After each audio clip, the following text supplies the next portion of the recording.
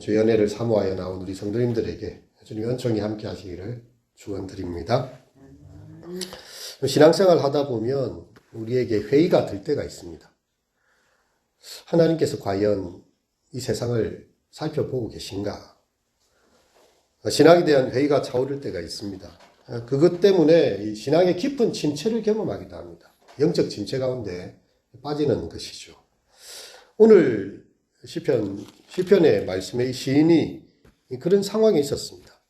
그는 여호와여 어찌하여 멀리서 계시며 어찌하여 환난때에 숨으시나이까. 환난을 당했는데 하나님께서 멀리서 계신 것 같고 숨어 계신 것 같다. 그런 상황을 접했을 때요.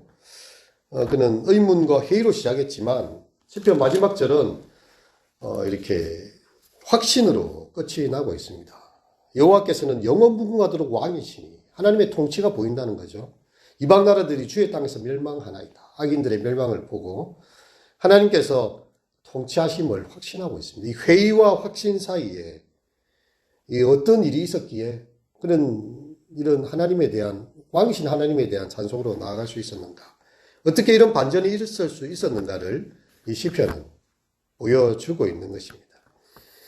이 세상은요, 악인이 기세등등하고 또한 악인이 횡포하는 그런 시대입니다.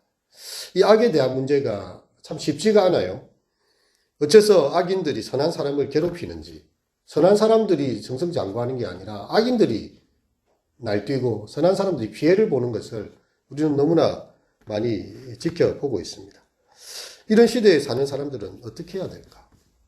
악인이 승승장구하니까 악과 타협해서 그들의 장단에 발맞추어야 하는 것인가?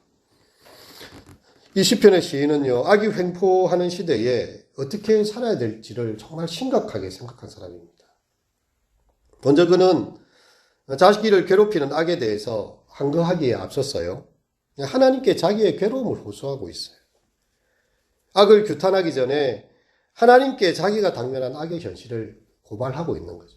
그는 악의 문제에 집중하는 것이 아니라 그럼에도 불구하고 하나님이 살아 계시고 하나님께서 이 모든 것을 보고 계심을 바라보면서요, 하나님의 이름을 먼저 부르고 있다는 사실입니다. 이 하나님께 대한 고발이지요. 하나님, 어찌하여 멀리서 계시며 어찌하여 환난 때에 숨으시나이까. 악한 자가 교만하며 가련한 자를 심히 압박하오니 그들이 자기가 베푼 꾀에 빠지게 하소서. 그래서 하나님 앞에 쉽게 말해서 일러주는 겁니다. 하나님 앞에 고발을 하는 겁니다. 그렇게 하나님의 행동을 이렇게 애원한 다음에요, 이제 이 악인이 어떤 자인가, 그리고 자기가 당하는 순환의 경험에서의 솔직한 것들을 정말 여과 없이 이렇게 고백하고 있습니다. 고발해서 고백으로 나아가는 것이죠. 악인들은 순환당하고 있는 사람을 더욱더 괴롭히기 위해서 악한 꾀를 더 짜내고 있습니다. 3절에 보면 악인은 그의 마음의 욕심을 자랑하며 탐욕을 부리는 자는 여호와를 배반하며 멸시하나이다. 우리가 시편 7편에도 보면 악인들은요, 악인은 죄악을 생산하며 잔인한 일을 잉태하여 괴유를 낳는다. 욕심이 잉태한 즉 죄를 낳고 죄가 장성한 즉 사망을 낳는다. 이렇게 야고보서 말씀도 있지만 악인이 죄를 만들어내고요. 이 죄는 결국은 잔인함과 괴유를 만들어낸다는 것이죠. 그리고 악인들은요, 자기 악한 계획이 언제나 성공하리라고 그렇게 자신하고 있습니다. 왜냐하면 악한 자들이 꾀가 많고요. 그리고 힘을 가지고 있습니다. 만약 악한 사람이 어리석고 힘이 없으면 누가 악한 사람을 두려워하겠습니까? 이 사람들이 힘이 많다고요. 또 꾀가 뛰어납니다. 그래서 자기들은 하나님이 없다고 말하는 사람들이고요. 여호와를 배반하며 멸시하는 사람들입니다. 실제로 그런 사람들이 이 땅에 있다는 것이죠. 이제 악인의 정체가 드러나고 있는데요. 그들이 의인을 학대하고 죽이고 있기 때문에 그 윤리적인 문제가 있지만 그보다도 하나님을 믿지 않는다는 사실. 다른 게 죄가 아니라 하나님을 믿지 않는 것, 하나님을 두려워하지 않는 것, 그것이 바로 악인이 되는 것입니다. 13절에 보면요, 어찌하여 악인이 하나님을 멸시하여 그의 마음에 이르기를 주는 감찰하지 아니하리라 하나이까. 악인들은 하나님께서 세상을 감찰한다는 것을 믿지 않는 사람들입니다. 그들의 교만한 얼굴로요, 여호와께서 이를 감찰하지 아니하신다면 그의 모든 사상이 하나님이 없다는 사람. 이것이 바로 악인이죠. 뭘 잘못해서 악인이 아니라 하나님을 믿지 않으면 악인이 되는 것이고요. 우리 한국적인 정서를 말하면 천벌을 두려워하지 않는 사람. 이 땅에서 사람이 있고 물질이 있고 힘 있는 사람이 약육강식하는데 내가 그게 뭐가 잘못이냐 이렇게 말하는 사람, 하나님을 두려워하지 않는 사람이 악인이 된다는 것을 시편은 분명하게 보여주고 있는 것입니다. 그래서 그가 이 악인이 형통하는 시대에 그가 기도할 수 있는 것은요, 12절의 말씀이죠. 같이 한번 읽어볼까요? 여호와여 일어나옵소서, 하나님이여 손을 두옵소서, 가난한 자들을 잊지 마옵소서. 하나님께서 일어나시고 하나님께서 손을 드시며 그 모든 것이 질서를 바로잡고 하나님의 통치 앞에 서게 될 것이다. 여러분, 우리의 살아가는 삶 속에요, 사실 악인들이 큰 성공을 거두는 것을 참 많이 봅니다. 또 그들은 중벌도 피해가요. 우리에게 드는 의문이죠. 왜 하나님께서 저들을 당장에 멸하시지 않는가?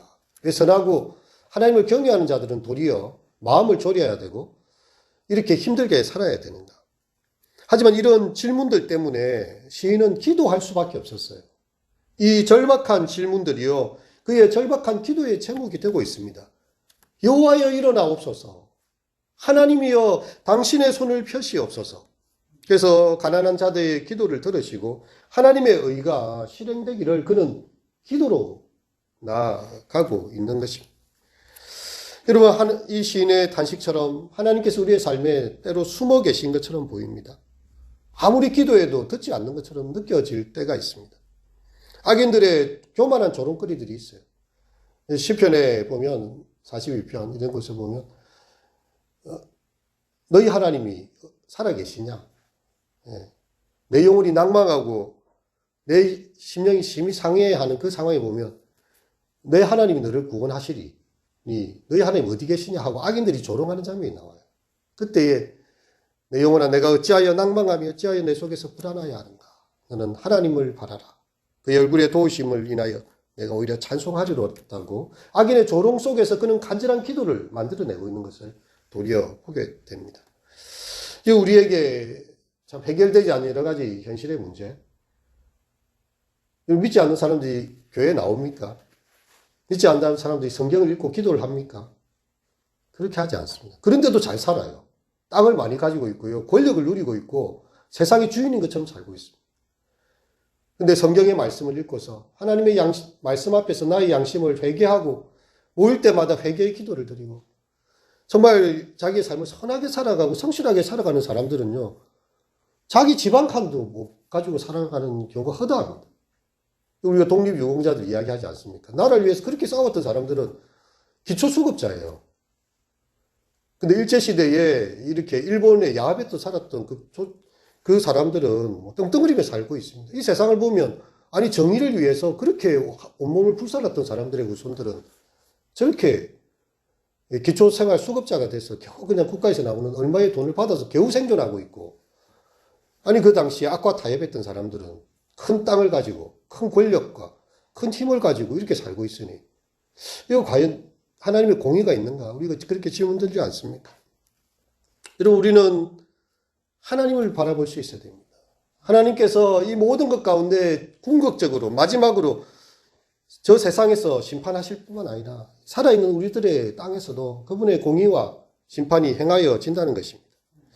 7절과 11절에 보면 이 악인들이요, 그의 입에 저주와 거짓과 포악이 충만해요. 혀 밑에는 잔해와 죄악이 있습니다. 마을 구석진 곳에 앉아서 은밀한 곳에서 무죄한 자를 죽이고 그의 눈은 가련한 자를 엿보고 있어요. 마치 사자의 굴에 웅크리고 앉아서 엎드림처럼 은밀한 곳에서 엎드려서 가련한 자를 잡으려고 기다리며 자기 거물을 당겨서 가련한 자를 잡나이다. 이 악인들의 모습을 이렇게 표현하고 있어요. 웅크린 사자가 이 먹이를 사냥하는 것처럼 의로운 사람들을, 가련한 자들, 가난한 자들을 이렇게 넘어뜨리려 하고 있는 그런 상황이죠. 하지만 시인은 확신하고 있습니다. 14절의 말씀을 읽어봅시다. 주께서는 보셨나이다. 주는 재앙과 원한을 감찰하시고 주의 손으로 갚으려 하시오니 외로운 자가 주를 의지하나이다. 주는 벌써부터 고아를 도우시는 이시인이다. 아멘. 시인은 기도 중에 보게 되었어요. 하나님께서 이 모든 것을 눈 감고 계신 것이 아니라 감찰하고 계시다는 것, 보고 계시다는 것. 그리고 그분은 일하십니다. 그의 손이 나타나고요. 악을 갚으시고 외로운 자가 그래서 주님을 의지하게 됩니다.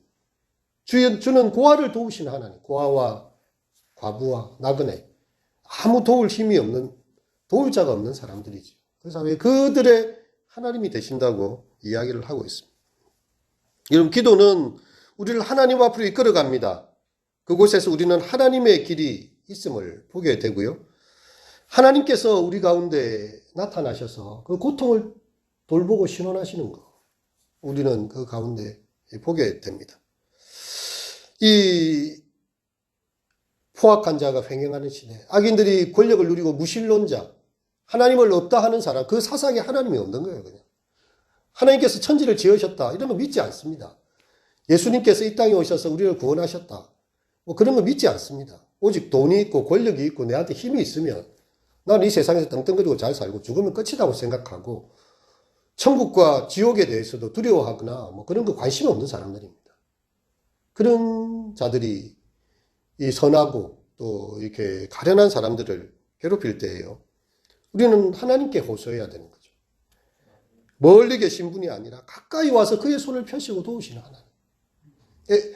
헤롯이 폭정을 하던 시대, 여러분 생각해 보십시오. 이스라엘의 나라를 로마가 통치하고 있어요. 이것도 참 힘든 일 아닙니까? 하나님을 믿는 백성들이 로마의 황제를 섬겨야 돼요. 근데 이 분봉왕도 헤롯입니다. 헤롯은요, 이둠의 사람이에요. 이방인이고 에돔 족속입니다. 그 이스라엘과는 적대적인 관계죠. 그 사람이 이스라엘을 통치하고 있어요. 이런 불의하고 악한 시대에 예수님께서 오셨습니다. 유대 땅 베들레헴에 오셔가지고 임마누엘, 하나님 여기에 우리와 함께 하시다. 그곳으로부터 나사렛에서 무슨 선한 것이 나겠느냐 하는 그 소외된 땅에서 예수님 자라나시고요. 온 백성에게 미칠 큰 기쁨의 좋은 소식, 정말 모든 인류를 구원할 복음의 소식이 그 가장 어두운 땅에서 가장 포악한 시대에, 폭정의 시대 가운데서요, 정말 약속된 메시아가 이 땅 가운데 오셨고, 헤롯의 왕가도 무너지고요, 로마의 모든 것도 다 무너지고 결국 그리스도의 왕국이 이렇게 생겨나지 않았습니까? 하나님의 나라는 지금 온 세계 끝까지 복음이 전파되고 있고요. 세계 복음이 있는 어느 곳에서나 자유와 이렇게 해방의 복음이 선포되고 있고, 또한 아름다운 소식이 전거되고 있는 것입니다. 이제 말씀을 정리하고자 합니다. 시인은 자신의 그 신앙의 고민들로부터, 회의로부터 질문을 시작했지만 마지막에는 여호와는 영원 무궁하시도록 왕이시오니 하며 찬송으로 끝을 내고 있습니다. 그 가운데는 기도가 있었어요. 하나님 앞에 기도하는 동안에 그는 발견했습니다.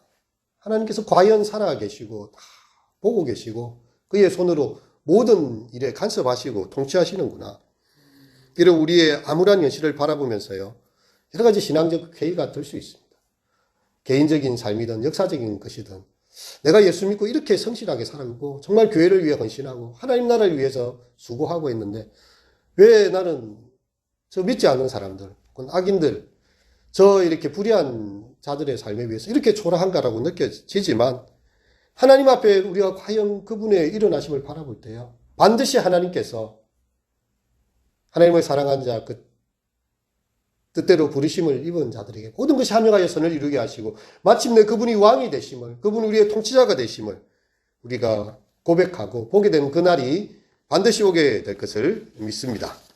예, 기도하도록 하겠습니다. 여호와여 일어나옵소서. 하나님이여 손을 드옵소서. 가난한 자들을 잊지 마옵소서. 주께서는 보셨나이다. 주는 재앙과 원한을 감찰하시고 주의 손으로 갚으려 하시오니 주는 벌써부터 고아를 도우시는 이신이다. 주님, 우리 시대를 살펴보고 또 우리의 삶을 살펴볼 때에 하나님을 경외하며 정말 주의 뜻을 따라서 참 양심 가운데 행하고 성실하고 정직하게 살아가는 자들이 하나님이 없다 하는 자들, 그의 사상에 하나님을 없다 하는 자들, 또한 여호와가 감찰하지 아니하신다 하는 자들에 의해서 억압받고 고통받는 순간들을 보게 될 때가 많습니다. 하지만 그것 때문에 우리가 이 새벽에 나와 기도하게 되고 여호와의 일어나심을 간구할 때에 마침내 하나님께서 영원 무궁토록 통치하시는 왕이심을 우리 가운데 행하시고 우리의 신원을 들어주시고 우리의 모든 문제를 해결해 주시고 우리의 모든 것 가운데 자신을 드러내시는 하나님이신 것을 믿습니다. 이 새벽의 기도가 우리의 회의를 확신으로 인도해 가게 하시고 정말 살아계신 하나님을 만날 수 있는 그런 귀한 은총의 통로가 되게 하여 주시옵소서. 예수님의 이름으로 기도드립니다. 아멘. 찬송가 415